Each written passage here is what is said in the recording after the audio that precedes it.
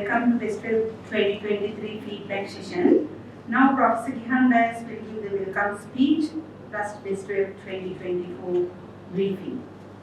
Prof. Gihan, over to you, sir.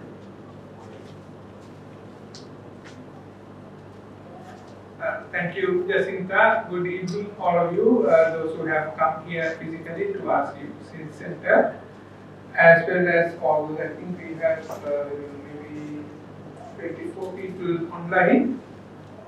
So welcome all of you also. I hope you can hear me. So we have this every year after the BestWeb Awards. Because BestWeb.LK is a competition to try to improve the quality of websites in Sri Lanka. So the whole idea of BestWeb is not simply to say, okay, here we have given a gold, we have given a silver, right? If you didn't get something, go home. The idea of BestWeb is try to make all of the websites in Sri Lanka reach a very high standard. Now, obviously, it is not possible for everybody to get a gold award, right? Unless there are some countries which are like that, they give everybody something. But anyway, so everybody can get a gold. Now, can everybody get a silver? But of course, we would not feel very upset if the standard of the competition was such that everybody gets a merit award. That's what we should actually hope for. And I assume many of you are here, either physically or online, because maybe you couldn't quite get the award you were expecting, and you thought, well, I only got a merit, shouldn't I have got a gold or silver or something like that? So we will try to explain some of the issues we have, and I hope that you will come next time with a website which really gets a good award at BestWeb. So all the judging criteria are there on our BestWeb.LK site, and when we do the judges briefing in the next room some time ago, we actually told all the judges, here are the criteria. It's on the website. There is nothing secret that we have told the judges. Okay, so what we tell the judges, several of the judges are here, is exactly what you see here on the website. So if you actually follow all of this, you will definitely get a some kind of award. So the judges will talk about this in general. But unfortunately, we found several sites we just missed. In fact, I will tell you a real incident which happened this year. There was one site where the judges felt it was quite a good site and it should get an award. Unfortunately, and it did have the BestWeb logo on it at the beginning of the competition, because without the logo we wouldn't have entered into the judging. But on the day of the judging, somehow the logo was missing. And that is an essential part of the competition, that the website has the logo. Somehow, somewhere, something had happened and it had fallen away. So we were unable to give it an award. Right? That's a very unfortunate, because the site was really quite good. So like that, there were some things which the judges will tell you about, where actually we would have liked to give but we couldn't give. And in others, really there were with a little more effort, just a little more effort, I think you could have got something. Because there is no restriction. The judges said, but all you can give as many merits as you like. In fact, in one category we had this year 9 merit awards. Not a problem. Right? Because judges explained that each of those came up to the required standard. Therefore, we got a merit. We can have any number. Of course, only one goal. So, anyway, so I like to welcome you once again. and hope that you will listen, and please give your comments, give your thoughts, and if you feel that we have made any mistakes, I'm sure we have.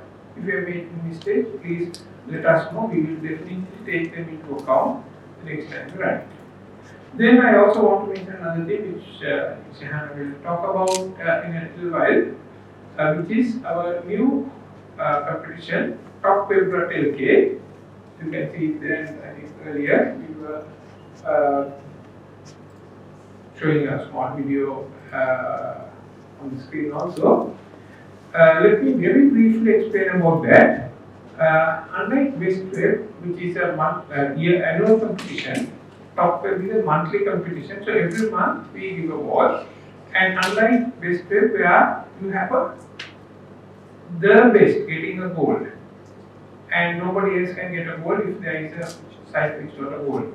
In BestWeb, really it's a award. There is a criteria, and the criteria is there on the top website, and it's on the brochure which you should have got. Otherwise, we will give you another copy. And it's very similar to the BestWeb criteria. In fact, in many cases, it's the same. So we would like you to consider applying for the BestWeb competition, because that's really we are considering that as the initial part of getting the minimum required to get into BestWeb, and then we look at how we can do it. So thank you again for coming, and I will hand you to Buddhika, who will introduce the two judges who will be speaking now. Thank you, sir. We call upon Mr. Sandaruwan to give its standards and about award categories and judging criteria will be detailed. Thank you.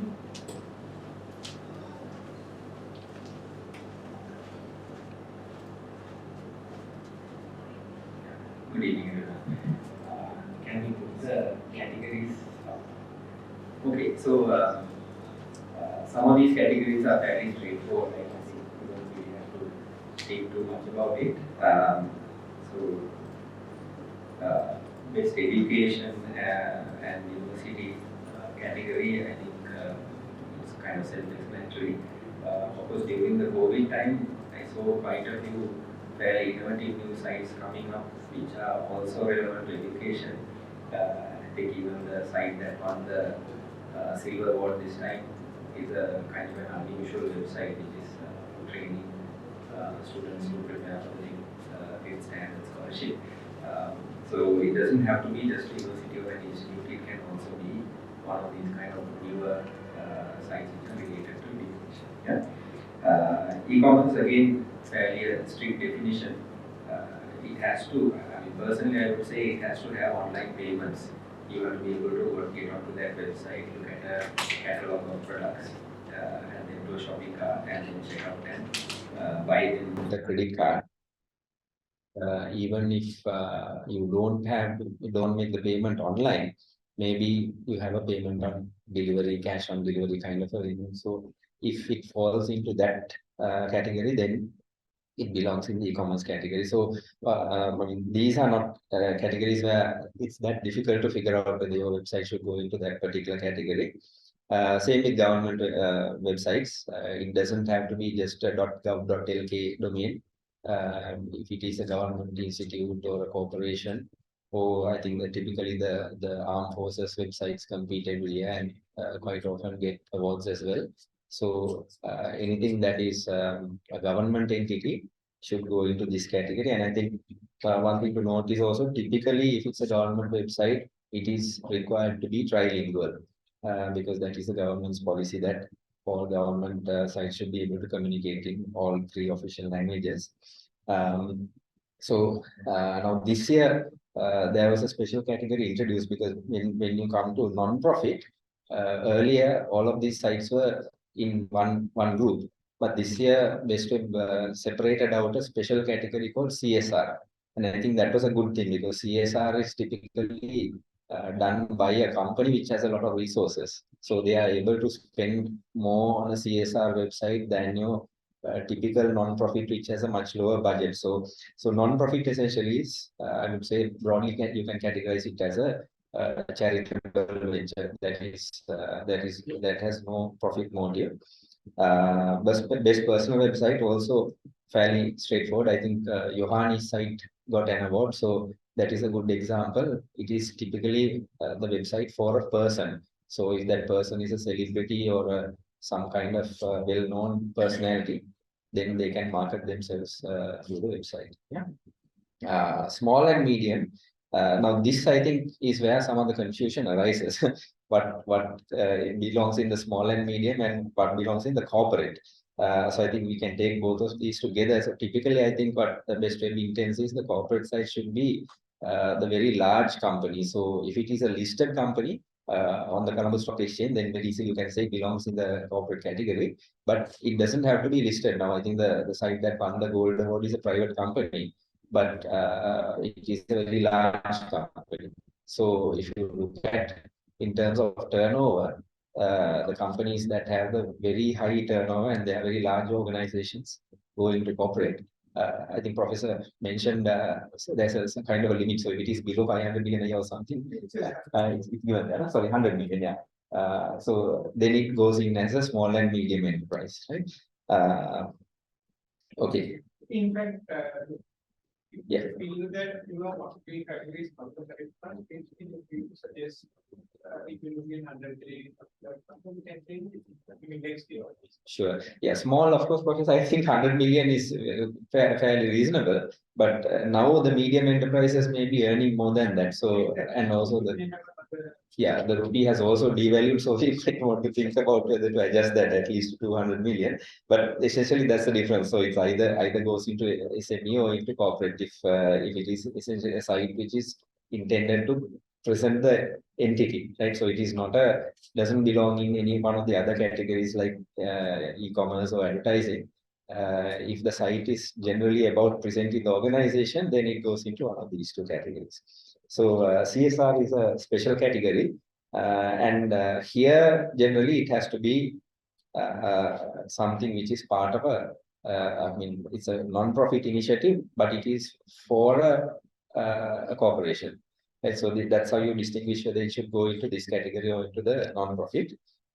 And then advertising and marketing, how you differentiate this is, I think typically if you're directly selling products on your website, you should go into the e-commerce category. But if you are not directly selling, but you are still trying to market or brand your products, then you can go into this advertising and marketing category. Sports, media, entertainment is a fairly broad area. So all of the news websites, online radio, online TV, and then also other kind of entertainment sites. There are lots of them, music related, and then maybe certain other social and cultural stuff that can all go into sports, media, and entertainment. Travel and tourism also fairly straightforward because it is typically hotels or travel companies, but it can also be other websites which are promoting travel and tourism in the country.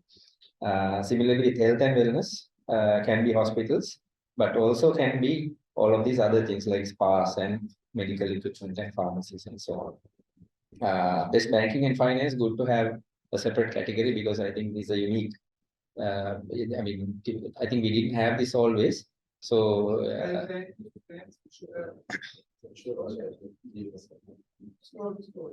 yeah, so it's actually like finance, insurance, all under that. Okay, so maybe we want to update that as well and make sure that okay. Yeah, so typically if you're a bank or a finance company or as Professor says insurance company, then we can insert it into this.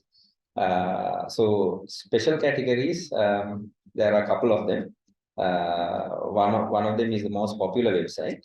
And then there is a best developer, and also overall winners are selected from the best websites out of each category. So generally that's how you categorize. So it's important to enter your site into the correct category because quite I think frequently sites get submitted to a category which is not the best category for that site to be judged in.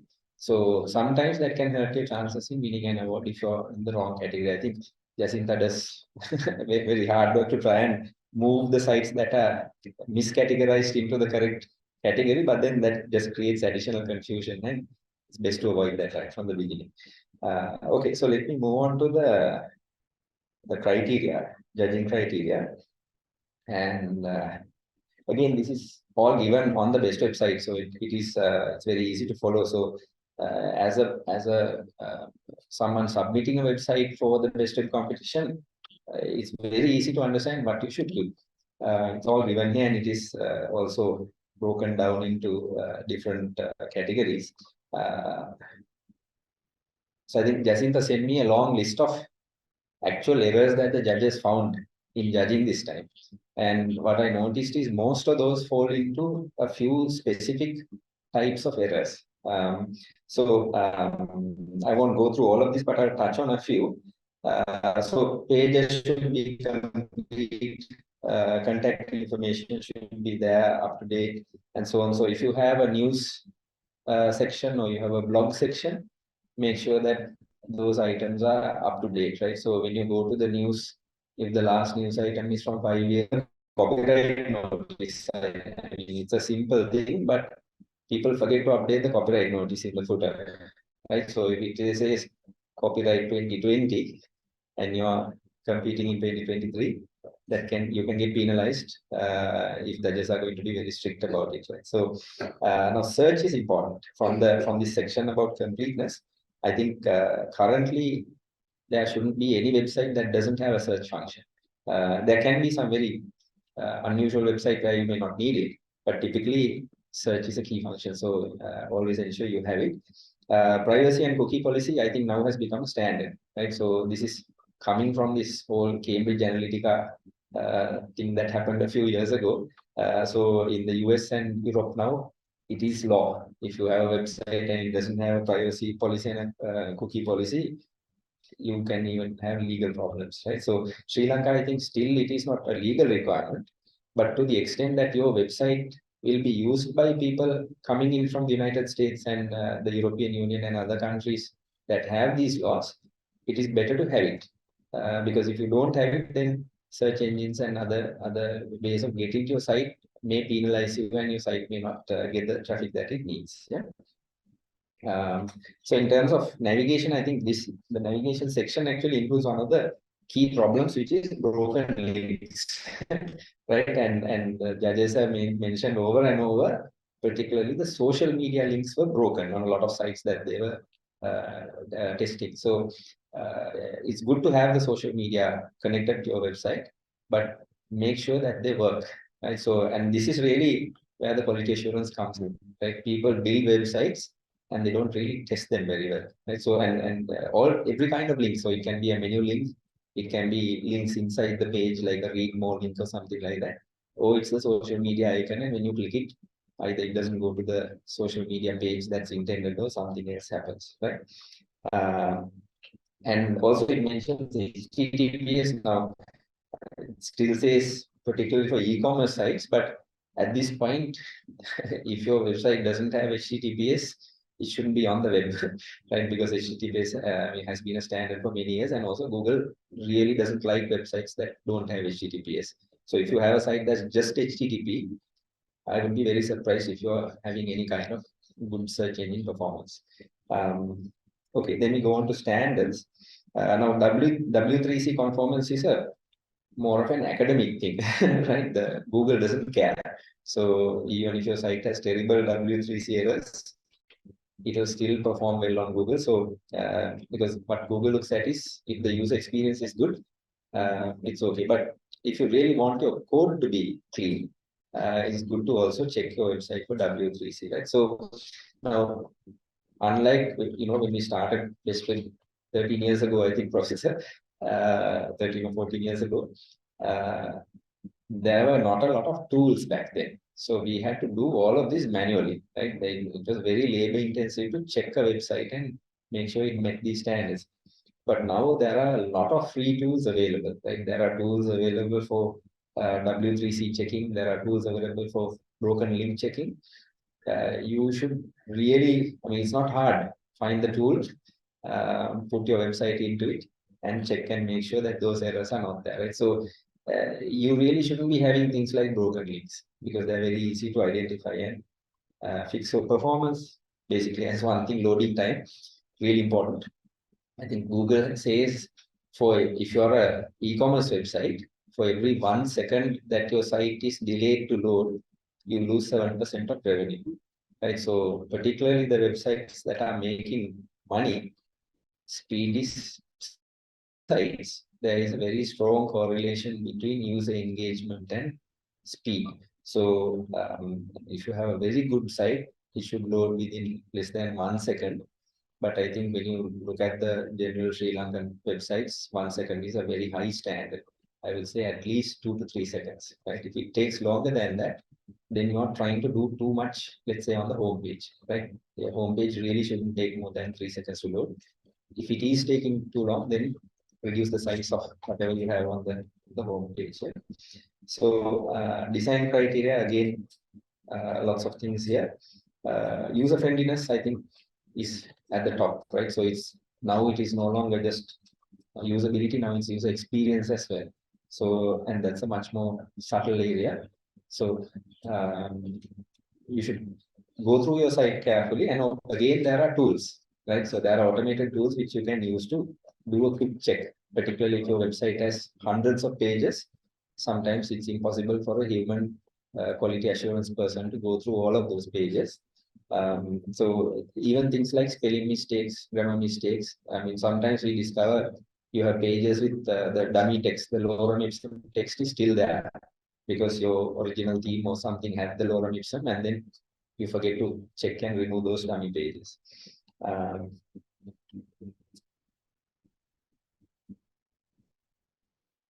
Yeah, so page design, again, I mean, this is where things get more subjective, but essentially, when you come to the website, if it looks nice, you feel good about it, then you've done most of your job. Right? So Sorry, in can terms I of ask a question? colors and font selection and things like that, there's a great deal of flexibility for the designer to make those decisions. Ultimately, though, you're going to have an average user who is going to be using the website. Right? So somebody who has no expertise in web design, someone who may be not tech savvy, just as average person coming to the website because they're looking for the information or the services or the products that you're offering. So it's got to be usable for that person. And now I think mobile devices are the primary device. Maybe 60% of the website traffic is going to come from mobile. So designers are still very focused on the desktop.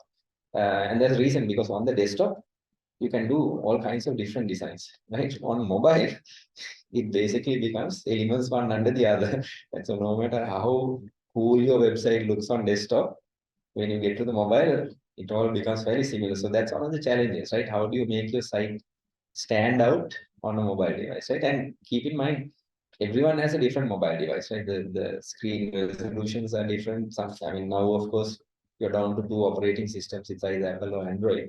And on desktop, it is either Windows or Apple, right? So make sure that your website works on all of these. And again, you have plenty of tools available to simulate. You don't need to buy all the devices and test it physically. If you can, it is better. Right? The physical testing, I think, still is superior to simulated testing. So volume of content, of course, related to the category you're in. Right? So if it's a personal website, maybe doesn't need to have a lot of content, but if it's a corporate website, you're expected to have much more comprehensive information. Then of course accuracy, creativity, and multimedia and things like that. Now you have a lot of options, right? So it's a trade-off. How much multimedia can you put in without really making the site very slow and difficult to use on certain devices and so on. And if you got content writing and you got images being used, always ensure that you aim for the highest quality that your budget will allow, because those are the things that make a difference when people use your site. Interactivity, of course, there's a lot of flexibility in how you interpret that. So something like meaningful error handling means if you try to load a page that is not there on the website, it shouldn't give you the default 404 error. You should ideally design a for the error page and see if you say 404, no, I mean your average user doesn't know what that means, right? So it should say the page you're looking for is not found. Why don't you try one of these links and do something interesting, because that's also a page. You can do something in that page without just making it an error page. Yeah. So privacy and security, of course, I think security particularly is critical, because the first thing that happens when you submit the website to BestWeb is TechSat will go and check your site for security. If you don't pass the security test, you are disqualified. So, and I think that's fair, because nobody really wants to be interacting with a website that is not secure. And certainly you should not be giving awards to sites that are not secure. So there is a minimum standard of security that you need to meet. So when you're planning to enter your website to BestWeb, I would say the first thing to do is check the security. Right? So HTTPS is basic now. I think if you don't have HTTPS, you should not be allowed to compete. But check for the other things. Right? There are now the web is a very dangerous place, right? People are constantly trying to exploit your website and do various things. Try and make it as safe as possible. So multilingual, I think there are two categories where it is required. Government and banking and finance. By law, your website should be multilingual. So make sure that your site meets those standards. But certain categories, I think English is sufficient. I mean, there are certain categories where I don't really see the purpose of having it in Sinhala and Tamil, because it doesn't make sense, right? So not every website needs to be multilingual. So it really depends on the category and what you're trying to achieve. So mobile optimization, as I mentioned, and keep in mind the loading on your mobile device is going to be different from desktop, because on the desktop you are probably on a broadband connection, you have wireless and route and so on. Mobile device, typically people have a data package, which tends to be a lot slower than your desktop connection. So mobile screens are smaller. So for example, why would you have a huge image that is intended for the desktop loading on the mobile device? Right? Think about it, because websites now have the capability of delivering a different image for mobile than for the desktop, even on the same page. Right? So those are the things that will really differentiate your site from kind of a typical cookie cutter. Somebody takes a theme and puts a few pictures and so on. Then there's a lot of bonus points as well given here. So I mean, actually, I noticed in one category, the chatbot was AI driven, and that site actually got the gold award in that category. I thought that was impressive, because AI technology still hasn't really got to the stage where we can use it in mainstream applications, but they had managed to do it. So if you talk to the chatbot, it will actually talk to you like you're talking to a human user. So the innovative technology, of course, I think everyone needs Google Translate. So maybe specifically the judges were saying if Google Translate is there, that's a negative point, because if you ever try to translate English into Sinhala or Tamil or the other way around, you know what a disaster that is. So you have to be careful about what kind of automated tools you use as well. And so then I guess comes to the penalty points. So copyright violations, avoid just grabbing pictures of the internet and using them. Unwanted content, and generally we don't like to see ads, right? So unless it's some kind of blog or something where you're making your income from that revenue, generally you should not have ads on your website. Yeah, so and then beyond this, of course, BestWeb have a few rules as well. As Professor mentioned, the logo should always be present, because that's how we know that you are actively competing in the competition. So it's a fairly long list of criteria. I think some criteria are more important than others. So specifically, I think things like security are quite important. And then also elements which are broken or obviously not functioning correctly. So broken links, spelling mistakes, link, right? So, if it says about us and you click it and it takes you to the products, then definitely you are not going to get an award for that. So broadly, I think those are the categories. Professor, anything I need to touch on specifically? I think you covered everything. So I just want to again highlight something. I think about 80% of the problems we saw on like this could they have been fixed by using some kind of automated right? And that would be more gold in some side because it's that's not very good. And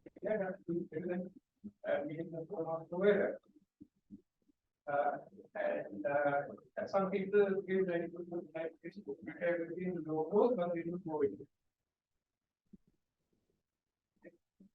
So the logo is really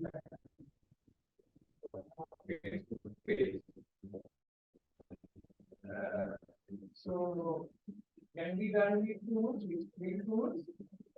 And if you have not taken the effort to do that, I think you are actually disrespecting our judges who have their own kind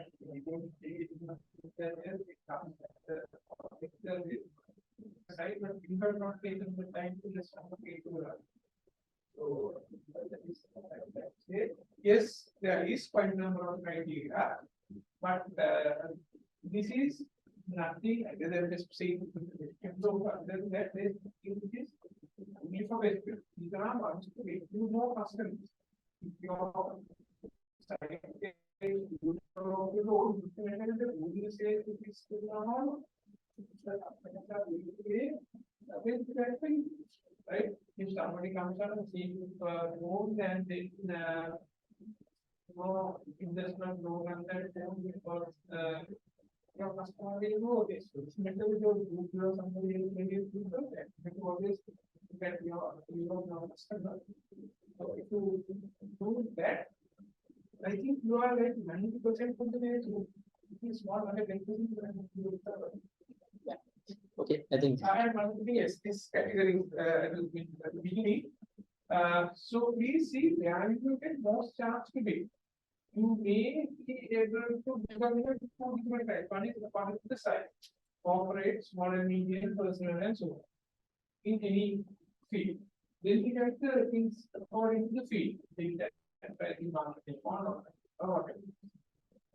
So some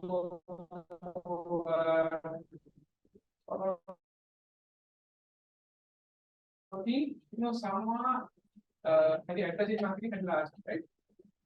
So it's competitive.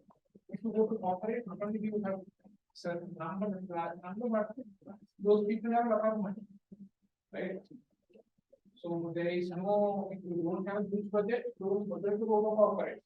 If they competing into quite large budgets. Like that, think of it as okay, you can do here or here or here.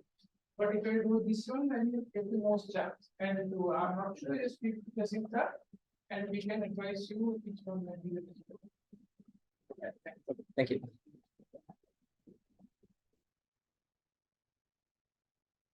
Thank you so much.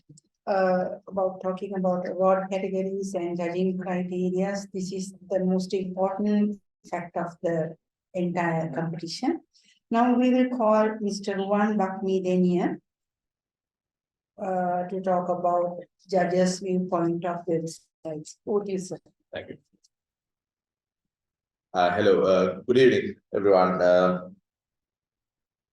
Hope you can hear me.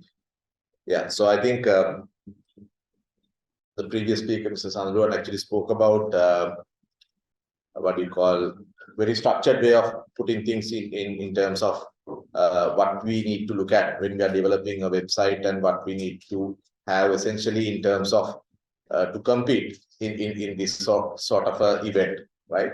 So I'm not going to go down that path and talk about it. I will speak as a layman. I will speak as how a normal customer see a judge's point of view, right? So first and foremost, I think having a great website is the gateway to your organization, to the country, to your services, right? So it's very, very important tool, right? A solution to have for your organization, right? So I think in that sense, we found many competitors competing this time as well as the previous time, right? So for example, the category that I was part of the judging team is the entertainment, media, and sports. And there were nearly 60 odd entries, right? So it's a big number from a Sri Lankan context. Similarly, other categories had so many, so which is a great thing, right? So, so good that we have that entry level, but there were some very basic things actually were missing, right? Which did not allow most of these competitive entries to come to the next level, right? So the very simple one, which Professor has mentioned few times, having the logo, a very simple thing, because this is for a specific period of time, please do have the logo, right? That's number one, right? Number two, I'm again now talking from an outsider, right? So just bear with me my words. I'm not going down the technical part of it, right? Have you all looked at what actually the purpose of your website, right? Have you done that review? Take a step back, look at it. What is the meaning of this website? What are we trying to essentially tell the world by looking at this website, right? Have we changed our business directions over the years? And does that reflect in our website, right? So that's what I felt most of the sites that I at least had to look at it, where we have to, where we were not able to kind of give them an award, had that lacking thing. Yes, within that there were broken links, there were no links to social media, but the icons were there, right? Even if you go to the social media, it does not have any content there in relation to the current content, what is there in the website. All those things were there. So just my humble request to all of you all is just revisit and see whether your product, services, and your business organization strategies are whether being reflected in this website. Because website needs to be very dynamic. It needs to really reflect where you are, where your organization current, and what are your aspirations for the next couple of years, right? So that needs to be really reflected out of that, right? Few other things. Everyone is on mobile, so mobile responsiveness, mobile way of looking at it, it has to be there, and we saw that is lot to be improved across the board. Lot of information is there, and this all cluttered, right? I don't know why, right? So this is a very simple thing to kind of fix it, right? Go in the same industry to your for some of the superior sites in the world, right? So I can relate to this what you call media, right? If you look at the CNNs, if you look at Viewpoints to the Al Jazeera's, and see, you can see how the content and how the websites are being nicely structured, right? So there's no magic here. There's nothing too much of a brain to be used. You just actually need to benchmark few top class sites and see how you can kind of fix your problem, right? The color schemes that you use, right? How often this has to change, right? All those things are pretty simple, right? Because somebody else has actually done that hard work for you. So it's a matter of you kind of replicating that. So other thing is about this language. I think he spoke about it. Content which was taken from English to Sinhala is actually not really in correct way. I think this Google translation has not come through rightly. So there's no quality control which I saw, right? And many often, I have worked in organizations as well. Many often what these websites are actually being developed by a third party or company, a website development company. They will not have the context to your organization, right? They will do something that you have asked them to do, right? And of course, mostly these juniors probably will attend, etc., etc.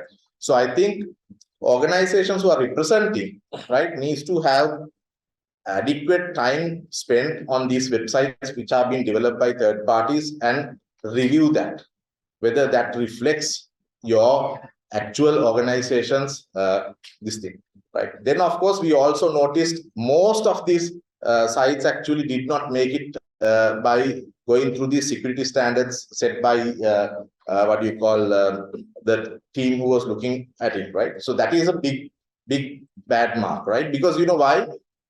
say suppose if you are missing all these simple security things, right? What if your website get hacked? That will have a bigger impact than having a website, right? Right. It has personally happened to me in my professional life, right? So it took longer time to kind of correct that problem rather than having a website. You might as well not. So please fix those basic security vulnerability related things which Texert and .LK is doing for you all, right?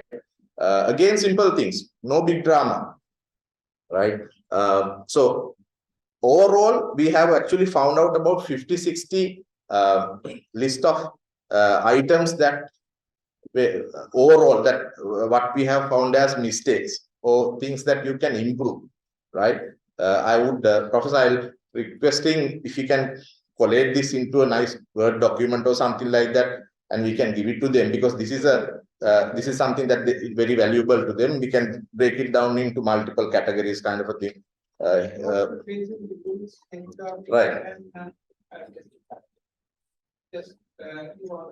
So what I'm saying is what your list is also subsequently you can give it as a handout, etc.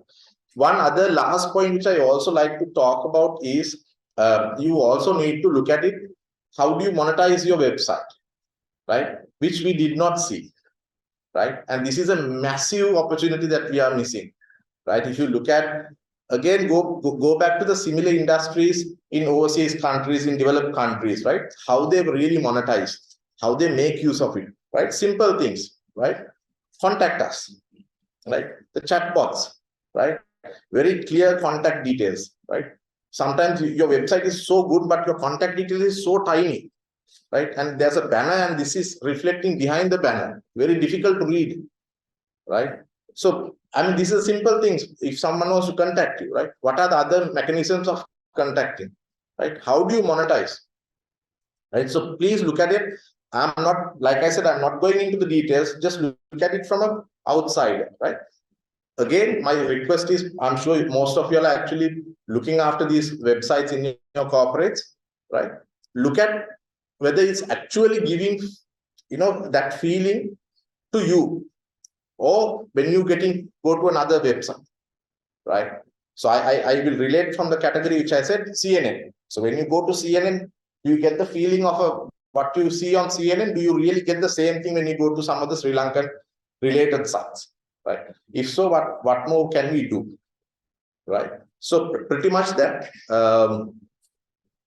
Yeah, I have covered most of the stuff. I think we can do this, our findings into a small document, and we can share with you all. We always, as judges, we always wanted to award, right? We don't want to kind of put down someone, right? We want to give as much as possible merit awards, right? If it actually meets to a certain standard, right? So we are trying our level best. There's a very structured way of doing things, right? It's not being biased to anyone or anything like that. Very structured. Judges are actually also from different contexts, different backgrounds. So it works pretty well, right? It's just that basic needs has to be actually meet so that you can come to that very competitive level.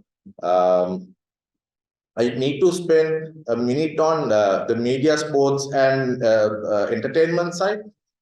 For the last 2 years, we were unable to kind of produce a gold prize winner, which is quite sad, personally, being in that judging panel. So again, just have a look at it, because we haven't seen any improvements for the last 3 years. We have seen the same set of sites are coming, but we haven't seen significant improvements. And especially in this category, it's a very dynamic category, right? It keeps changing, right? So please do have a look at it, how you can really improve to kind of get to the next point next year, right? And we really want to see a gold winner out of that category, and probably the overall winner as well. Yeah, pretty much that. Thank you very much. If any questions, please ask. Thanks.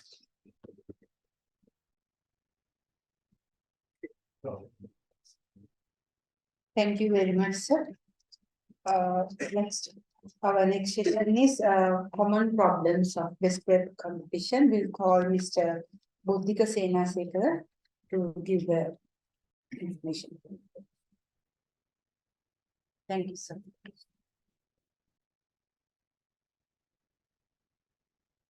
Previous two speakers, first of all, thank you for having me here.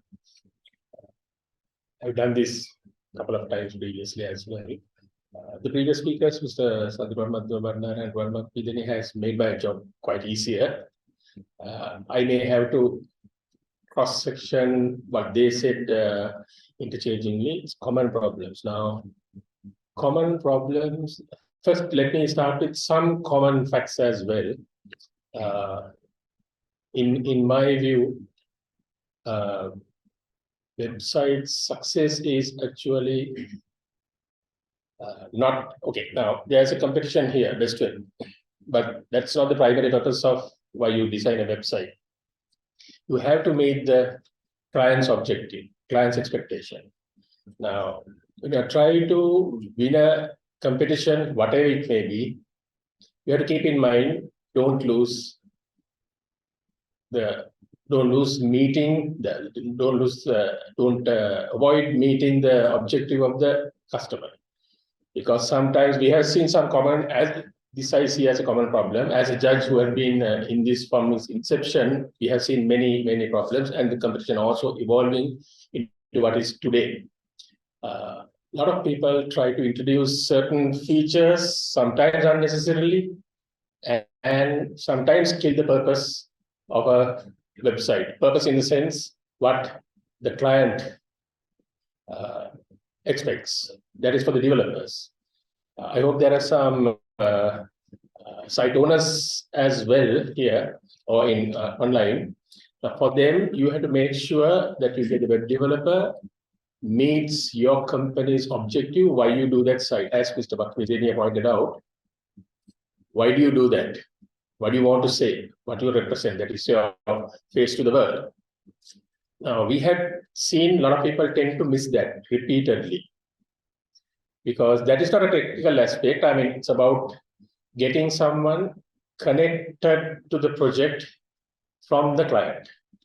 Okay, we have SMEs, large corporates. Large corporates actually really do this very well, because they assign someone either from their marketing team and a very experienced person, and sometimes even the CEO get involved to spell them out what they really need from site. But maybe the SMEs and the small organization may not have the ability to do that, or may not be interested in doing that. But as developers, you should see that is taken out from them and represent that on the website. Because end of the day, it's what serves the customer of that particular organization or the entity. It's nice to have certain features and all that, but if it doesn't serve the purpose of a would-be customer or a would-be user of that site, purpose is lost. While doing that, you can win about. That's what this competition is about. And this has been started to improve the standards while making and keeping the interest in the community to do better and better sites. I will also quickly go through this particular structure and highlight certain things which we see as common problems. Common problems means most of them are repeating. This has been said before.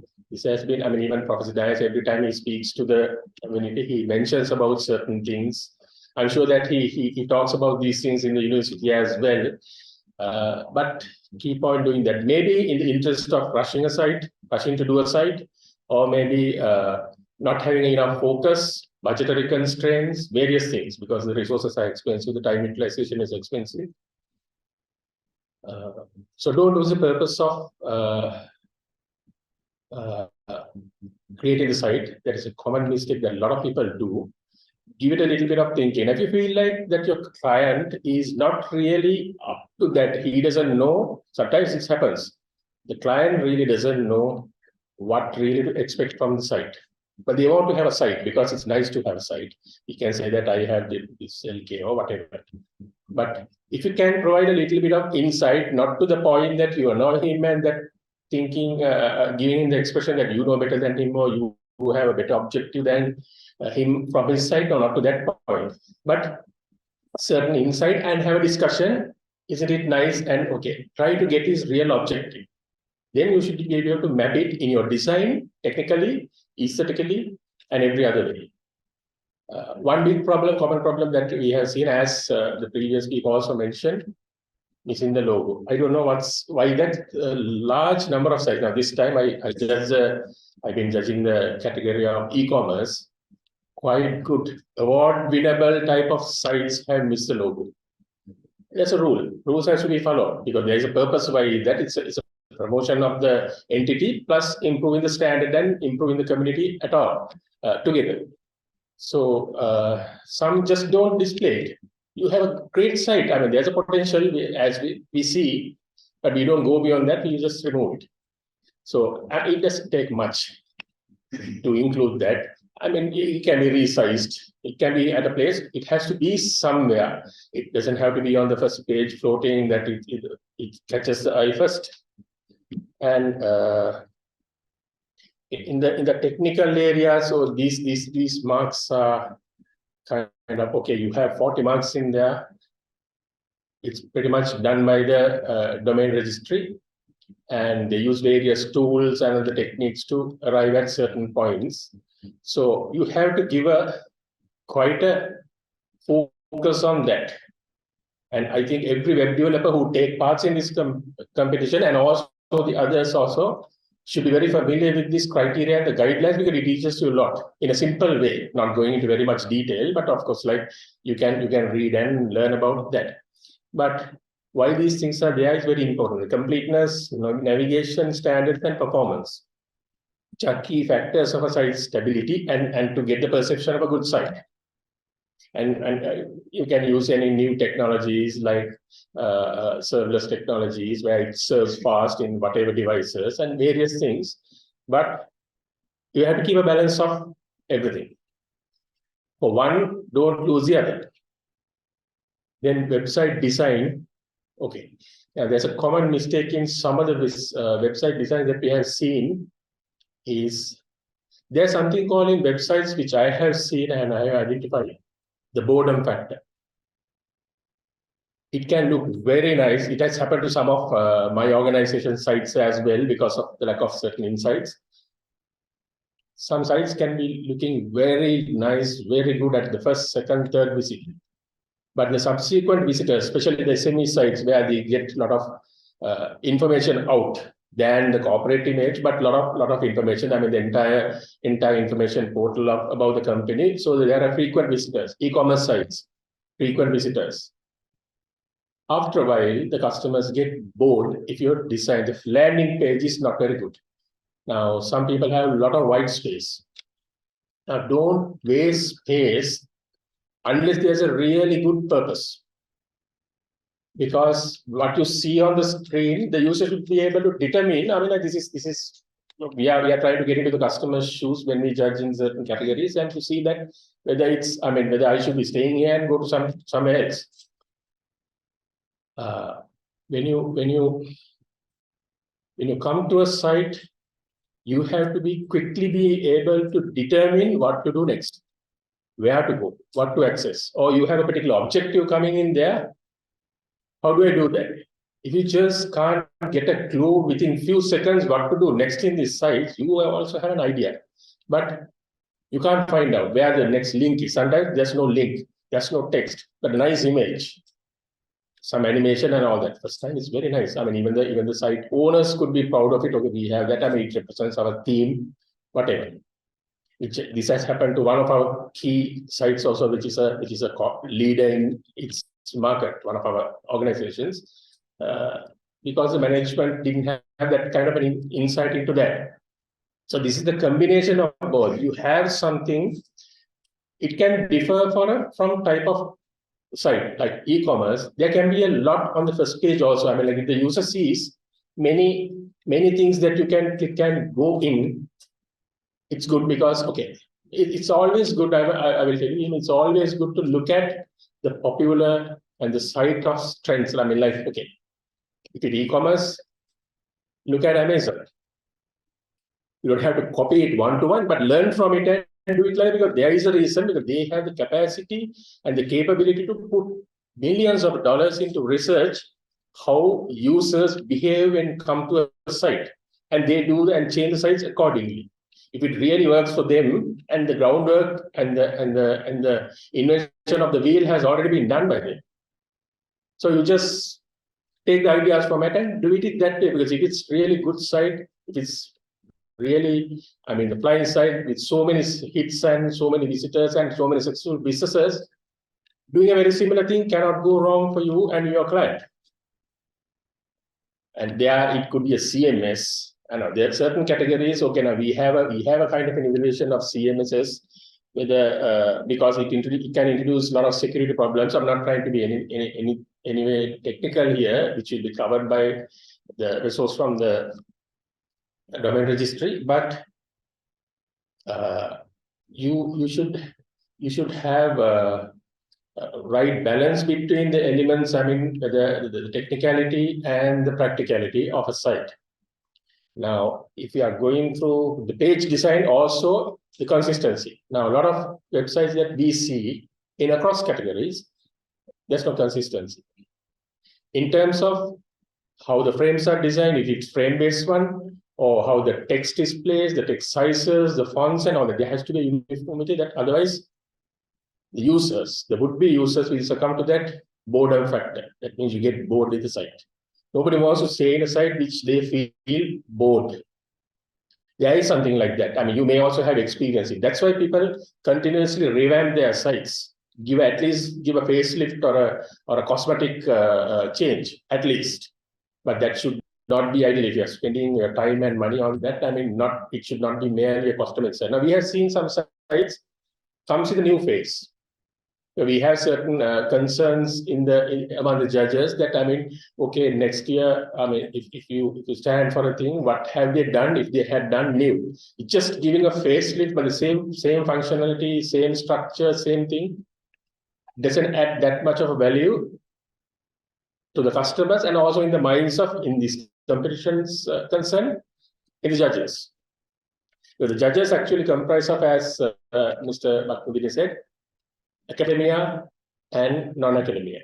Now, it's actually a kind of a friendly debate and a battle between these two for technical elements and the user elements. Eventually, the judges will come to one common understanding and get to one single idea, but sometimes there's a lot of debates. So all aspects, that is good. I mean, that is done for a reason. I mean, all aspects are looked at. So a good mix of it. So the designer should have in mind that you have to satisfy both these judges. Now, like meeting the judge's expectation means very likely pretty much the customer's expectation as well. So which serves the purpose of like meeting the client's objective, which is the primary purpose of doing a website. And on the content, there's quantity and quality. Okay, a lot of text is sometimes given without a real purpose. User can get bored, or the most important key points can be missed in a sea of other information. So don't do that unless really necessary. If the customer wants to give a detailed description of his products or service, or if there's a specific advantage of a competitor, do that. But otherwise, have only the sufficient information. And another common mistake that we have seen is there are dead links all over the place in websites. Don't have anything in a site, if clickable object, where when you click it, it does nothing, goes nowhere. There's no other dissatisfying or a frustrating activity on a website for a web surfer than having clicking on a redundant or a dead link, which goes nowhere. Sometimes you repeatedly keeping, and it leads to the frustration, and of course it changes the overall perception of the site. So avoid that. That is a responsibility of, if you are managing a small organization's site, the developer's responsibility. You may have undertaken the maintenance as well, or else if it's a large site, the person that you liaise with. The organizations also should be aware to have a responsible, a knowledgeable person who knows the company's purpose, and also some good insights into this area as well, just to serve the real purpose to the organization. And interaction, okay, interaction I just talked about. I mean, when you land on the page, a lot of people, some sites, very nice sites, big sites, corporate sites, sometimes, or SME sites, you have to come there and wait a little to figure out what to do next, where to go next. Okay, when you do it a couple of times, you know, but it's not nice when you come in. I mean, judges see it very as a problematic thing. I mean, some nice sites, big names, but you get less marks because judges are also like customers and clients, but they are also users of these sites. They represent that cross section. The interactions, privacy, and security. And if any website is creating a user account and getting users to log in and all, make sure that it's secure and users also feel that it's secure. Otherwise, you are just having that element in the website for no purpose. Nobody wants to give information if they don't feel like it's not secure. And also have a feedback. Say you do a form, submit it. And sometimes some sites, you just submit a form, you have no idea whether has it gone or what happened. Just give a feedback on the site if possible, then a follow-up email or a text or whatever means that you had chosen to do that. We see a lot of forms that the customers or the visitors can fill in for inquiries or questions or whatever. You don't get a feedback and you feel like, I mean, you wasted your time by just typing and spending that time to give the information, where you are seeking some information from the site, probably to obtain a service or to do business with that entity. Under the penalty points, now this minus 30 marks together. You can accumulate some good points in the technical areas, the design and all that. And for a completely unwanted thing, you can lose it. Now, okay, like he spoke about Google translation. If the site need to be multilingual, some are actually mandatory, the others, it's at the discretion of the client. Okay, for instance, we judge e-commerce category, not necessarily, because the category's major focus is Sri Lankan clients, and if the site developer and the site owner decided that he will be catering the client base in this particular language or this particular platform, so be it. So we are not going to judge them in that category, but it's not like the others. Okay, it's okay not to have multilingual, but if you decide to do so, do it well, because okay, if you have just a Google translation, and I think most of you know that how horrible it can be sometimes doing a Google translation for English to Tamil and English to Sinhala. Sometimes, especially technical sites, where you sell gadgets and PC parts and accessories and all that, some of the names are given horribly funny names. It's just there. Nobody really checks in. I don't know why. I mean, like, okay, if you visit through the site, I mean, generally you just do it and just take a look at it. I know some web developers do it and just look at some common section of text where, okay, reasonably good. Just leave it there. But there are certain places like categories, special product categories type of things, where title is given a pretty technical name in English, but translate into Sinhala or in a very funny way, which doesn't, whatever reason, the client side should not be laughable by the users.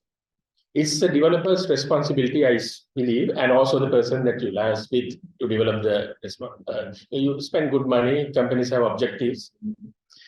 So don't, unless it's really necessary, don't unnecessarily try to put either multi-languages or any other elements into site where in the competition you lose marks. We see that is a very common problem repeatedly happening.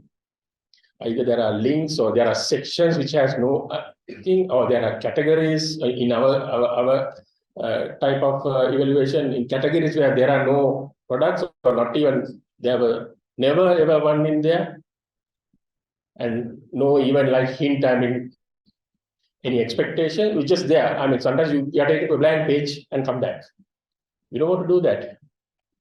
Developers are also customers, one way or the other. Then content also, if you provide multilinguality, make sure, as mentioned,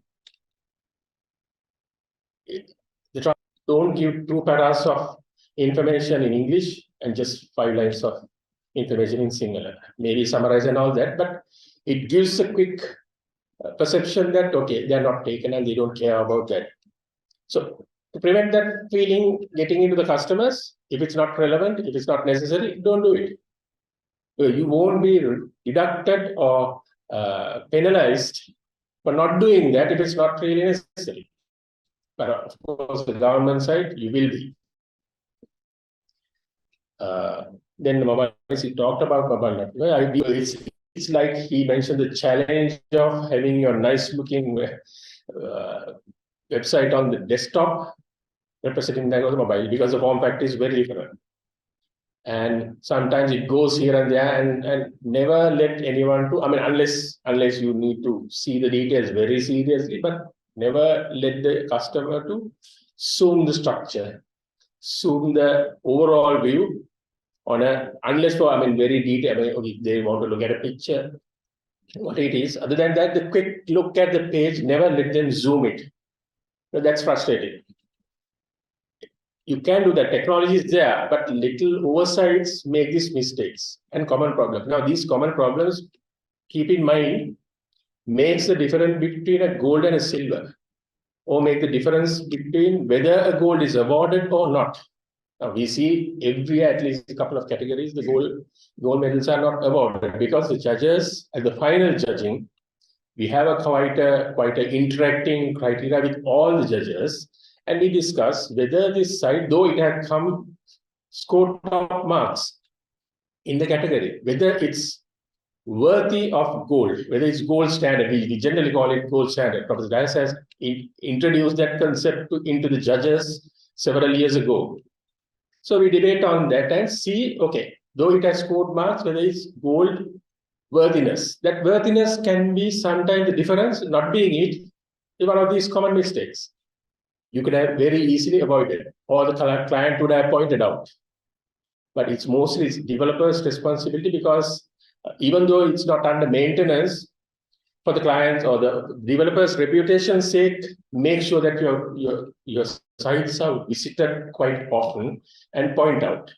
It depends on what kind of an arrangement that you have with the client to do the maintenance or make the corrections. But if it's need to be corrected, it should be corrected. It should be neat, straightforward, or clarity. Everything should be there. So if it's not there, point it to them.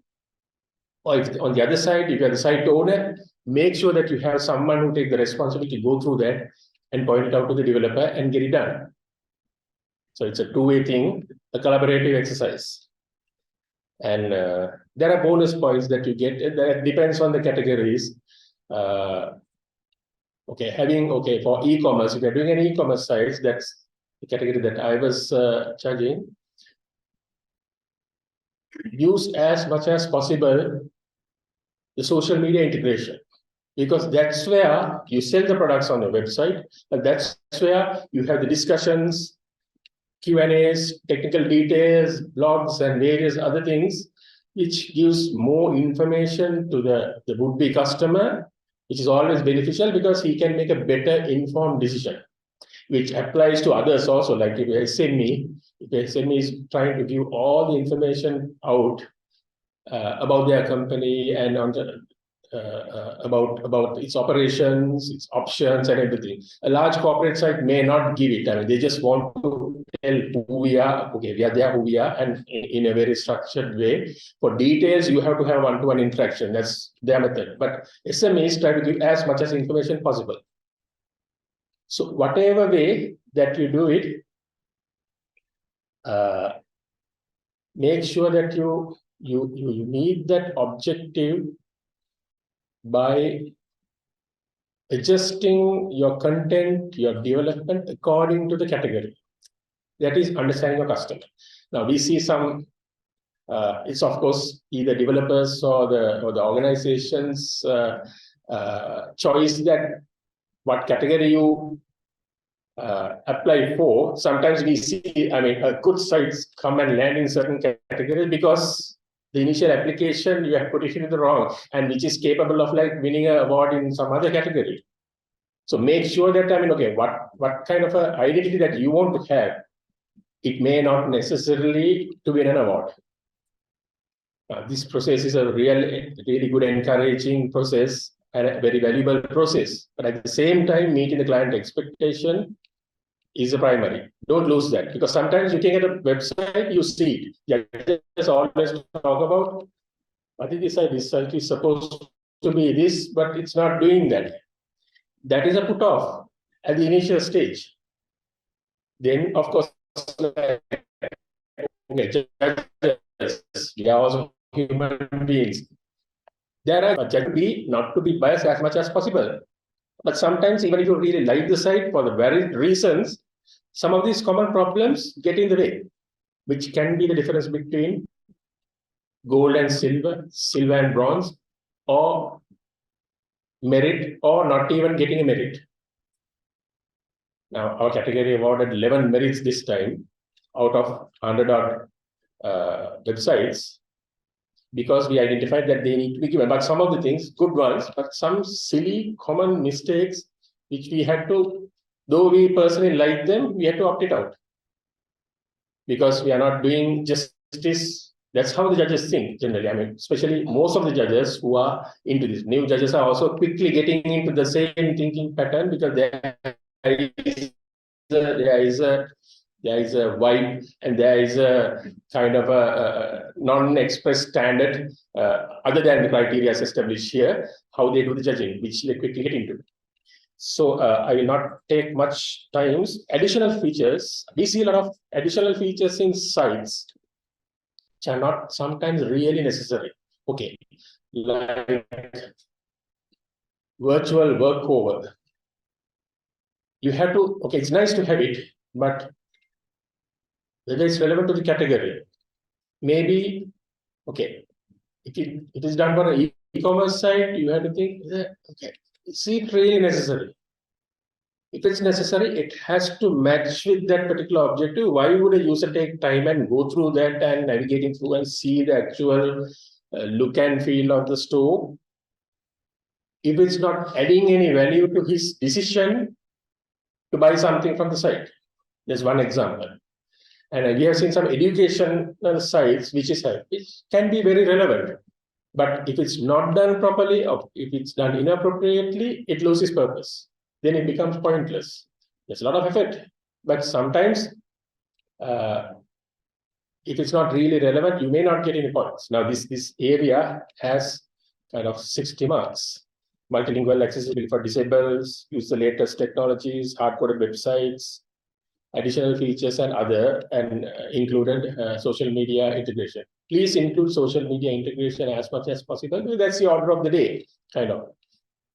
And if the company or your client does not have much, encourage them to have such have accounts and activities on those platforms and incorporate them. It's nice because it takes the customer further to more better interaction, which, okay, purpose is most of the time is business, other than purely educational and personal sites. So it can take you there by additional means which more people take part and less effort is made and all that. So some of these common mistakes, which though we highlight them as judges, we see they are very commonly repeated.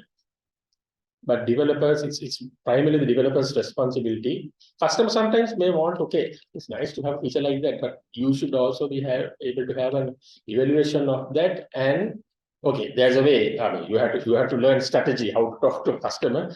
Just don't flash it on their face saying that, I mean, okay, that's a dumb thing to do. No, not like that. But point it out, whether it could serve their objective or not. Because you will also develop yourself as developers, designers, when you get into that, and you will find more, and even the client would have more confidence in you. So try to avoid some of the common mistakes. And actually, this is not a forum to, I mean, it can go on, and it's a combination of what we all talked about. I mean, the standards, and the judges' experience and the problems. So I hope that I touched upon a few of them with the time permission, and make sure that you try your best not to repeat these common problems. Thank you. Anything to add, Professor? No, I didn't want to Right. Okay. Can I just add one thing? Yeah. Just one suggestion I forgot to tell you. Make sure that you all use Google You Analytics. can go to my. No, you can actually Yeah. Google Analytics just to see how your sites are kind of performing, right? I mean, you actually when you work for organizations, sometimes you actually forget them, right? Maybe having maybe putting in your calendar or something like that. At least every week you at least look at these statistics, or ask one of your juniors to do it and share that with you, because very important. Then you will that give some feedback about your site, right? The people actually coming, which page they go to, how long they stay, something like that. That's a very good feedback. You can actually, revamp your site, right? Yeah. So to do a regular review of it. Yeah. It's kind of outside the competition, but at least doing on your business. We have seen some developers actually undertaking this task for the customers, and it can be a part of maintenance contract. Yeah. And Point is, when a development arm is doing it for a third party, they don't have the ownership of that, right? They will just say, okay, there are people coming or they will be, but you can't relate it to your business. Yeah. So that's why it's important that you have somebody from Yes, your from your organization. having looking at it and analyzing. Yeah. But as a value-added service, the developer can take it to the customer and get them, peak them, so that they will respond it. Because generally, when you get the site up and running, they just get into a perception. Okay, we have done our sites, nice, yeah, they are, all that. But in 6 months, it can get irrelevant, it can get outdated, and some new technology or a new way of doing sites will come in and like sweep the floor, and your one will look. So that's why people should continuously look at reviewing your sites, and if the client is not really putting his focus into that, you can just, you can say, can you just take a look at it? Are you happy with the site? And it can be taking any form depending on the site, depending on the organization, and depending on your client's expectation and the budget's constraint as well. Okay, so which is a fact. Thank you again.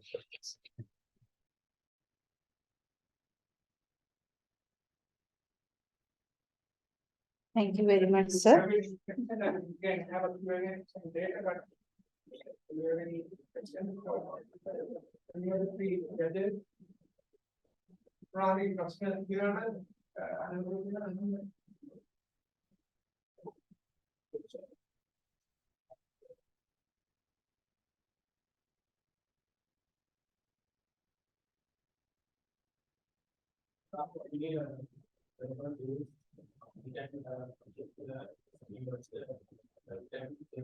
check the speed of the site. Yeah.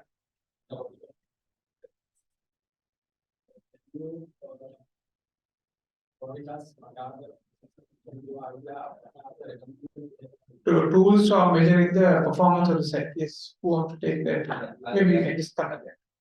Yeah. Do you have another mic? Kind Yeah. Okay. No, come here. No, people are online. Okay.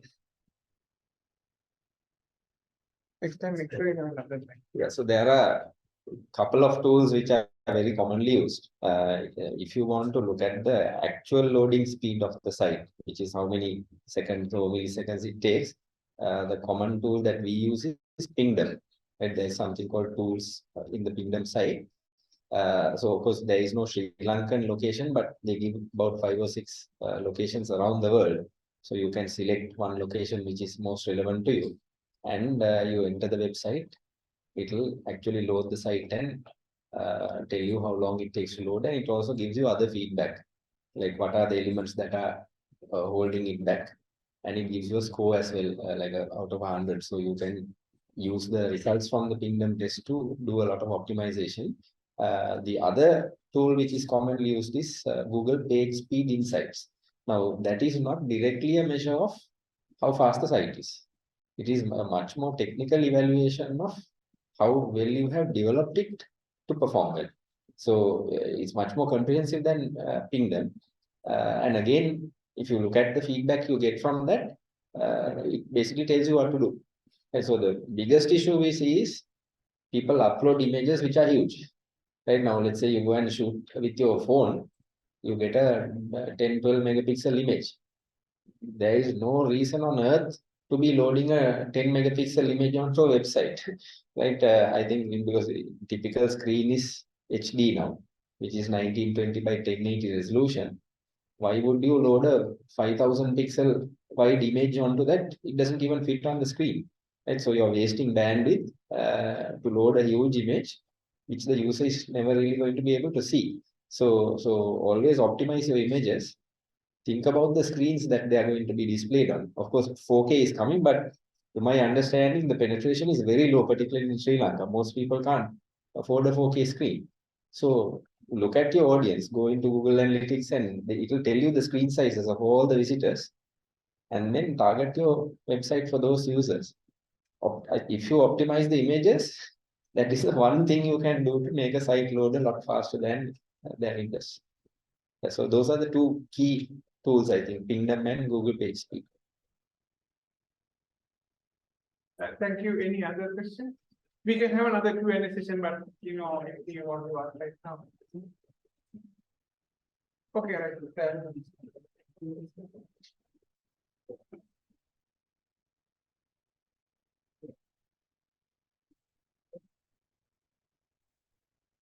Thank you, Mr. Buddhika Senasekera and Mr. Sandaruwan also. And now our next session is technical and security briefing and terms and conditions. Mr. Sampath Hennayake will do it.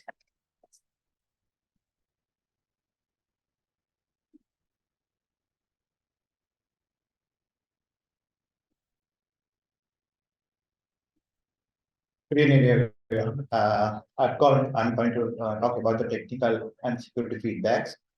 So very important area because the BestWeb competition security is a very key point, and also technical part is very essential, and many of the technical parts discussed by our previous speakers. Now let's go to next.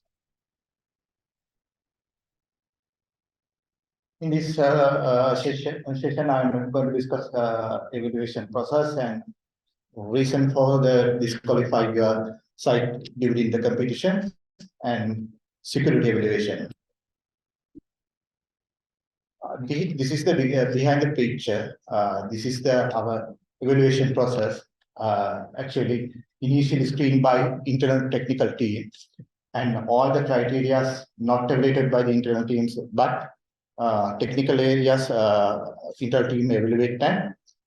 It is going to the next phase. It is professional judges are doing the next judging session. So the various judges from the various industrial and telecommunication, academic, and all the areas covering, and there are a professional participating for the each and every panels, because all the panels we have a 13 categories, so we have 13 panels, and once complete the initial evaluation, it is going to the next judging evaluation. Finally, it is come to the final judging session. It is head by CEO and chairman, and including the panel of judges. So sometimes we notice that even in the judging process, some sites qualified as a gold winner. But finally, when it comes to the final judging, it may be going down to the browns or some silly mistakes, right? So that's this process is very critical, because you have to, if you apply for the BestWeb, you have to pass all these phases to qualify and get an award. Reason for the disqualified mainly, these 4 points are very important. one reason, security evaluation. They might fail it. And other one, incompleted website or not operational website. They are applying for the website for a competition. They may not ready for the competition actually. They just plan, even not develop single page or just applied with the some without any information. They will apply. They are apply and preparing for the step competition. That couldn't do because we have advertising the time period for the panel of what do you call our evaluation period, and all the calendar is there. So you will have to ready. Applying, you have to ready for the best step competition. And if you cite, the third point is redirection. Few of sites, few of them are applying for the .lk. This is entitled on for the .lk domains, but they are applying for the .lk domain, and the sub pages are directed to some other com or other sites. So that then definitely will disqualify from the competition. And last point, many of our judges mentioned that very easy thing just to display the logo, right? The competition, this competition including banks and very well-known news sites. Those people are adding the logo to their site for a period of time until complete the best step competition. This is very easy thing. As you said, many sites they are disqualified without logo, because when I go into the judging process, we notice they are removed the. Sometimes they are initially adding the logo. After that, they are removing without considering the time frame. Security evaluation, a key part. This is actually coordinated and done by our internal security team. So these are the thing. We have this time over 500 websites. I think 585 websites scanned. Industry standard tools we are using for scan your websites. And also due to time limitation, we are scanning only certain areas, right? Even though certain areas, very small areas scanned and evaluated, we might able to find that nearly 48% of sites are having some security issues, right? So then many of developers they are developing a nice site and nice adding features and very essential to customers, and new technologies are using, but they are not considering some time security. This is the one we want to actually improve in best step competition. We want to your sites found to evaluate in the international standard, right? So the assessment also not included everything. Sometimes our developers, sometimes they are asking whether this assessment now you have they have passed, right? It does not mean this site didn't have any vulnerability, because if you do the comprehensive assessment by some professional, definitely you may able to find the vulnerabilities. But even in our basic scan, finding any vulnerabilities, there's an issue. That means any person with using simple tool, they can identify your vulnerabilities very quickly without any effort. So the best thing, some applicants are using the web application firewall, IPS IDS, and also some tools to mitigate the attacks. So those people are getting the good marks because they use some technology and security techniques to improve their sites. this is the basic marking and scoring method which using for the security, right? It is actually the good practices if you're using the web application firewall and HTTPS. So then you will get plus mark for a competition, and you will get a high score for the security marks in the competition. So if you're having the vulnerability, like if we are scanning the site and we are identify some vulnerabilities, and then you will get a negative marks. These are the most well-known vulnerabilities that we noticed during this 2023 web competition. So for example, if you say the second one, DDoS and DOS vulnerabilities, that is actually not for harm for your site. Your site is using for the attack some other website or web application. So you don't know about that your site is hacked, but it is using your site to attack some other well-known banks or anything. They can initiate the DOS and DDoS attacks with using your infrastructure and your site. So if these are very critical vulnerabilities, and if we are found any vulnerabilities on your website, we will give the negative marks. It is not positive to go next level of the competition. You can see the reflection. This is the summarize of vulnerabilities we mainly noticed during this period. Remote code execution, DDoS, SQL injections. These are the things we noticed during this period. And we look at the figures, there are 169 websites were identified as security issues. We scan 580 and more sites, but we noticed nearly 169 sites are having some security issues. This is what we want to focus there.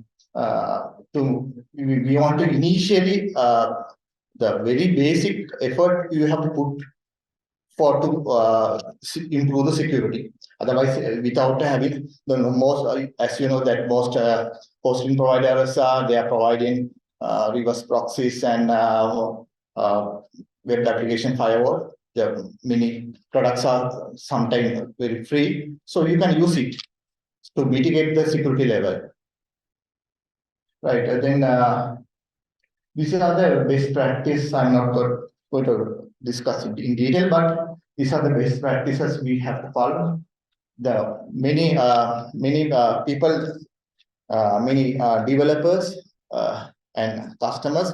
Actually, customers, they don't know about how this site is going on. So they also have a responsibility, but we want to manage and maintain your site according to the standard. Otherwise, in this world, we can't survive without patching, without updates to your site.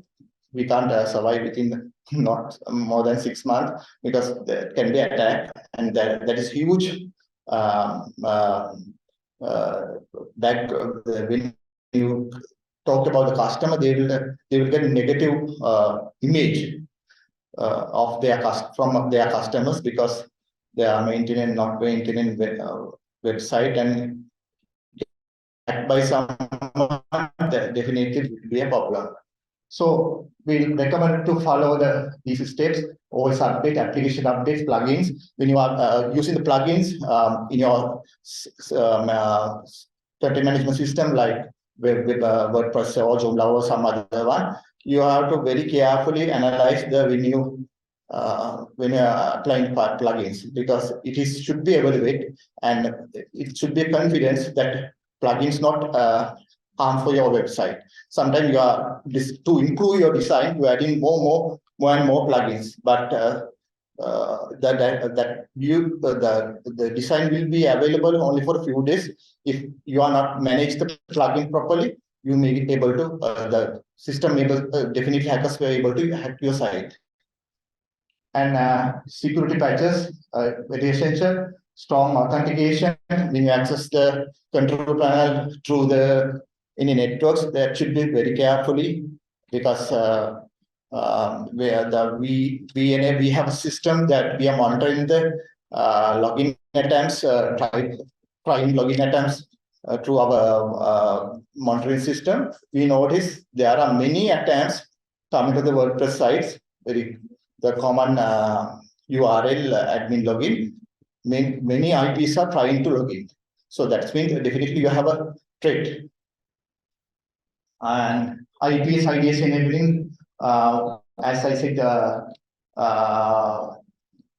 web-based firewall, you can enable it to improve the security and backups. You should be regularized backup.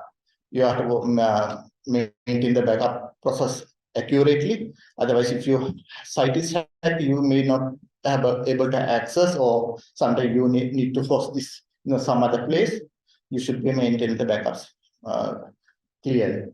And recommending the continuous assessment, but it is a little difficult. But we using the license automated tool, and also it is actually a very difficult task to manage. But I'm recommending at least for 2-3 months you have to have a regular scanning process to conduct your website, because time to time when you are updating something, when you are adding plugins, so definitely you can lose your security strength without knowing.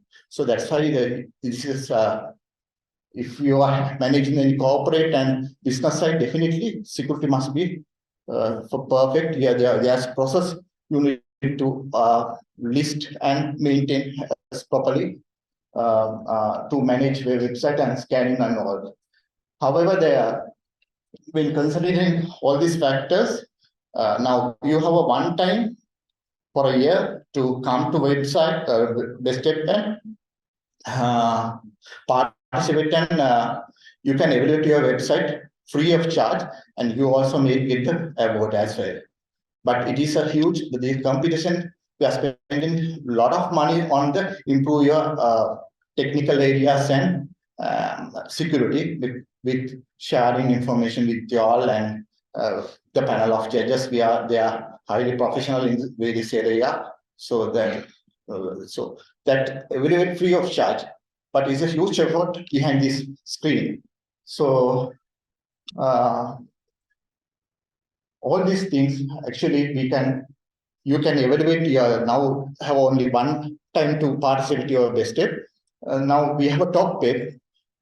This is our now new product. It is monthly evaluating sites. If you request this place, actually you can evaluate your site anytime after developing and new site or anything. You can evaluate your site here and get recognized.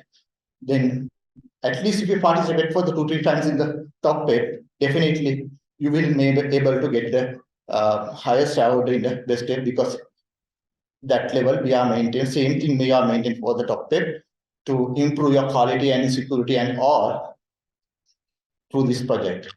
That's about this session, and thank you very much. Thanks.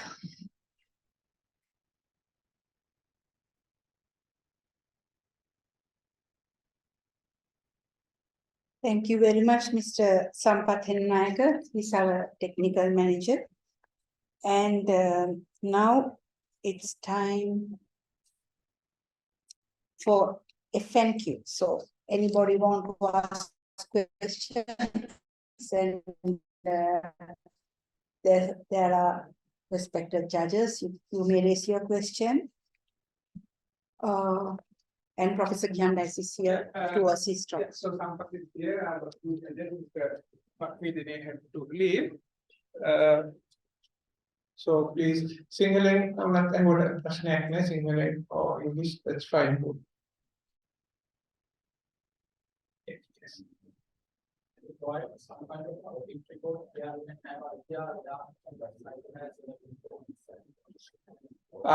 Yeah, okay, now this is a free service we are giving in addition to giving an award. So it's not possible for you us to give a major project report. However, if the judges have made any specific, so some sites judges have made specific comments. Those specific comments, if there were anything for your site, Mr. Sinta will send it to you. In addition to that, as Mr. Bakmedeniya said, we will give a general report based on what the three judges mentioned today and some other things we have noticed, and the general report given by the judges, which is circulated to all of you. But at the same time, we also have the top web competition. So if you submit your site to the top web competition, we will do a security scan, and for that we do provide a not a, I would say, a comprehensive report, but a summary report giving some issues, especially if there are things. So unlike the BestWeb where we really have to go through 500 sites in 1 month, since top web is done every month, we do have a bit more time. So I would suggest you can apply for the top web in September, and there's more charge, but you will get a report. And if you wish to get a more comprehensive report, you can talk to our technical team. We can do a report for you at a charge, or if you want a proper evaluation, you can come to our sister company TechCert, and they will do a charge. But of course, that's a bit on the expensive side. But if you really want, we can do that. I mean, they can do that also. Hi, can I ask a question? Yeah, please go ahead, Amin.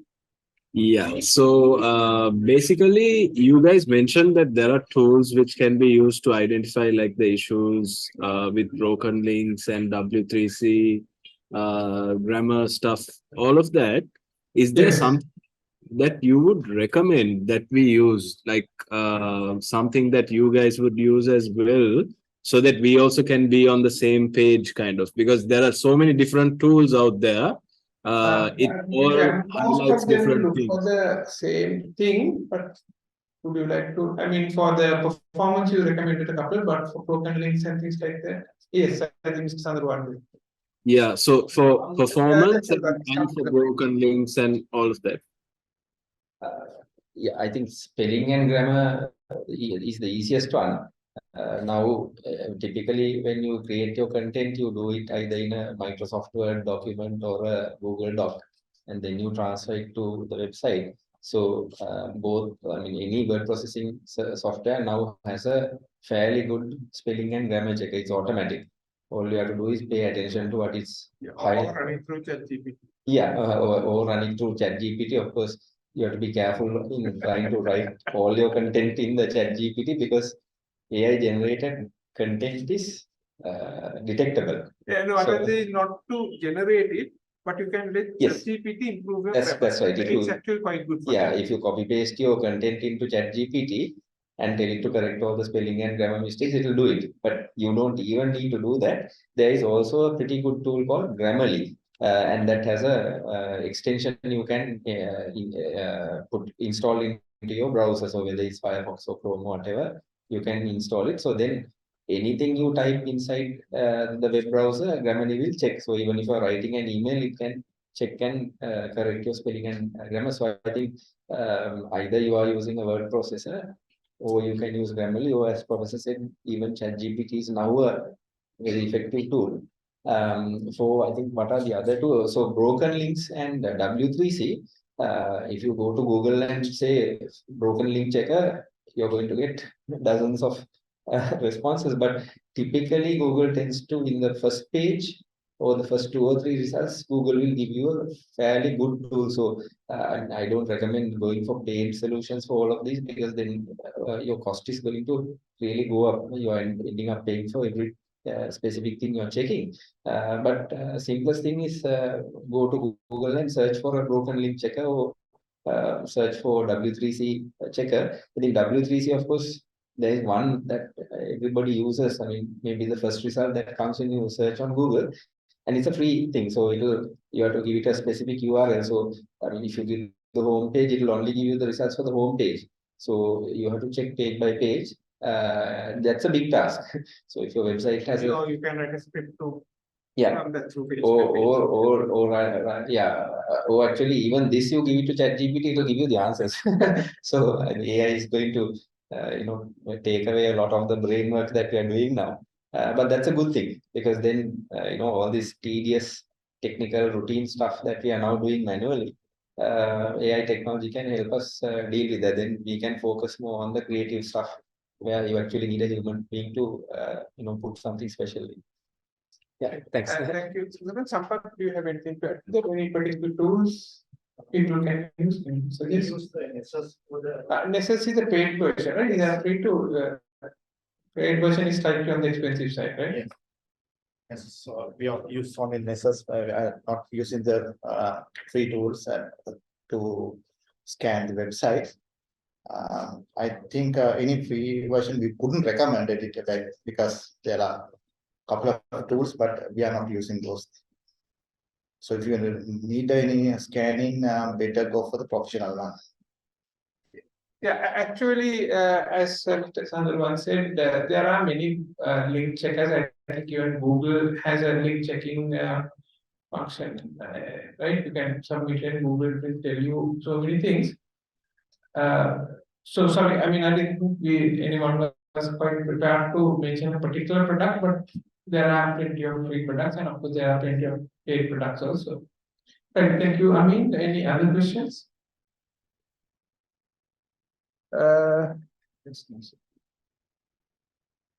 Right, there's no other things on the chat, right?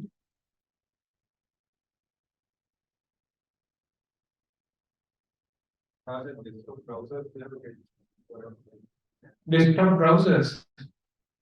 Well, Chrome, obviously, that is the most popular. Safari, and then the Firefox will be there, and the Apple, whatever. And Edge. Edge, Microsoft Edge, yes. But remember, 90% of or 80% of your users will come on mobile. So it will be the Google browser on mobile most of the time. And then maybe Samsung or something occasionally, but and of course the Apple browser. So don't worry, I would say too much about the desktop, since most people will be coming on a mobile device.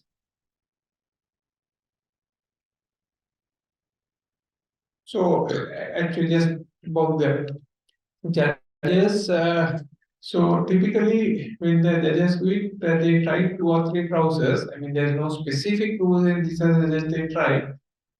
And definitely they try with a fairly reasonable size desktop and a fairly cheapish phone. I mean, definitely not the latest iPhone 14 or something, because we really expect many people to have that. But a cheap Android phone, a slightly older version of Android, to see the it works on that also.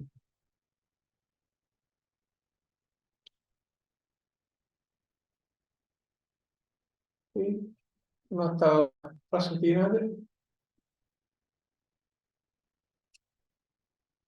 yes, can I just ask how are choosing the best web developer? That's actually yes. That's actually there on the website.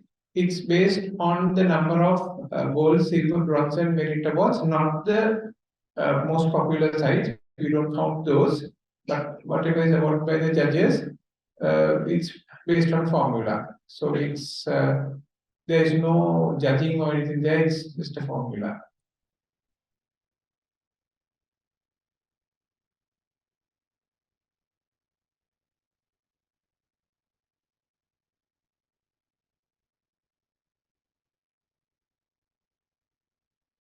Okay, so if there are no more questions, I will ask. Yes, one. Yes, which I just said that we need to have a SSL certificate for all the website. Otherwise, we can't use it. Many of we noticed few incidents. We all install the SSL certificate in our website, but it is sometimes not properly set up the SSL certificate chain. right? There's a tool, digital diagnostic checker. Use that tool to enter your website name after installing the certificate and check that whether the chain is completely perfect. Otherwise, the desktop versions, you will get the website with the padlock mark. The mobile version, you won't get the website. Few incidents we noticed that better use the tools. That is freely available, you can check them. Thanks.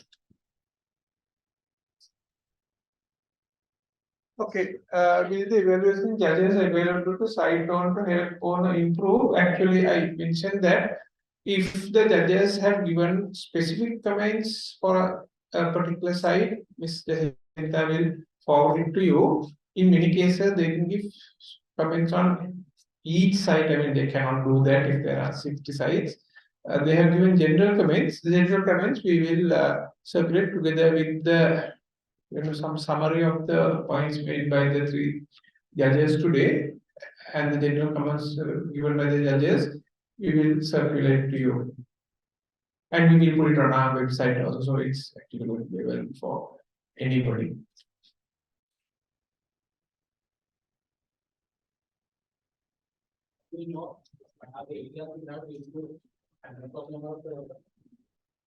It is exactly what Mr. Sandaruwan, Mr. Bakmedeniya, and Mr. Buddhika said. Exactly those.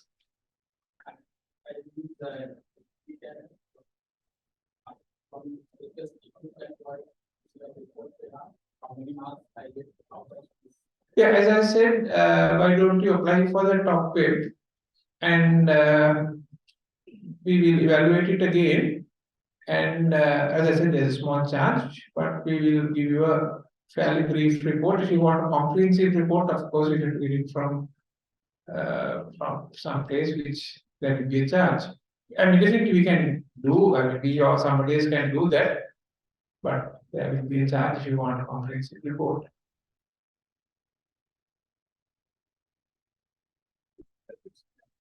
Okay. How would you determine a particular website is considerably improved based on last year that they deserve the same or high level award they won last year?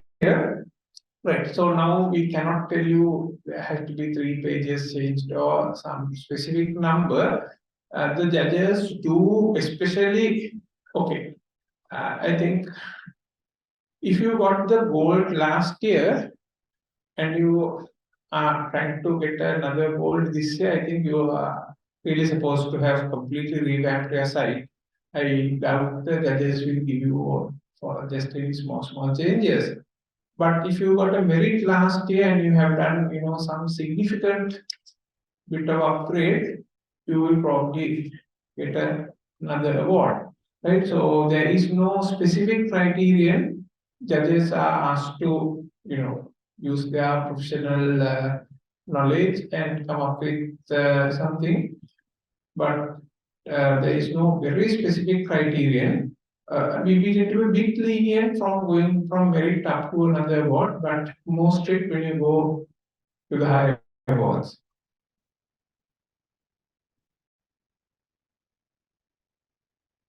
How much should you charge for a comprehensive report? Yeah, we don't normally do that as a service. We can forward it to expert Mr. Amin. And I think they might charge about 3 or 4 lakhs for a comprehensive report because it's actually fairly big thing. But if you want a simple report, we can do it for a low price. So we just speak to Jacinta and Jacinta will forward you to the correct person.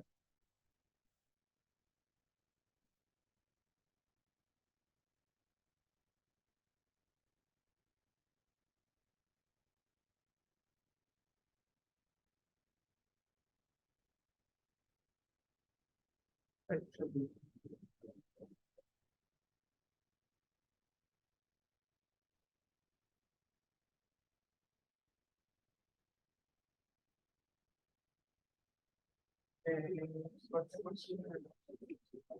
Okay, right. I don't know anything about it, but you put it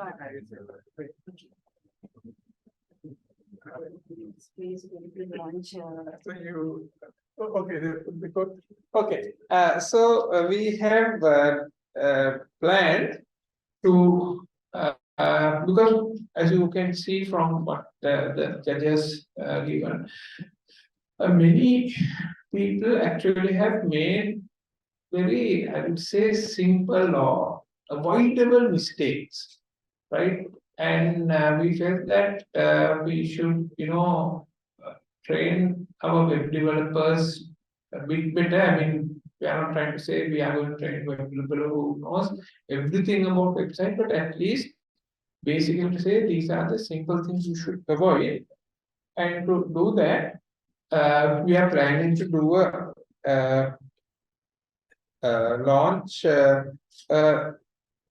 certified web developer workshop, like that is written there. We will try to have the first one on the in October, not next month, but in October, and then we will probably have one once a month or so. So if you are a web developer or if you are a site owner, you can, or even if you are having your own in-house development team, please do that. So the QR code is there. If it is too far for you, you can just come and scan from this machine. Or you can come close and scan it after you finish. But basically, what we'd like to know is what you feel should be there, and in fact, there's no need to even scan the QR code. Is there any particular thing you would like us to do in the field of web development? Any course in any particular topic you feel that needs to be covered more? That you feel that we can help you improve. So if you want to say something, you can say it now, or you can go to the Google. It's a Google form, right? Yes. Right. Google form and fill it up.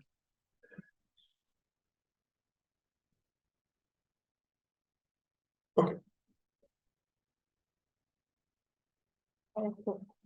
So we have come to the end of the program. So we wish to take this opportunity to thank our respected judges and also to Professor Gihan for giving this opportunity for everyone in .LK websites owners to participate in Best Web competition and make improvements to the sites and to be market their products free of charge by way participating to this competition. And also I like to thank the physical participation of the applicants and online participation of the applicants who are present here. So we say thank you, and we'll hope to see you all participating in Best Web 2024. And if you all have any problem, you all can write to bestweb@domains.lk or call the number and inform me with the domain name. If you are writing, please mention the domain name in the subject bar and write to us. We will definitely reply to you. Thank you and good night.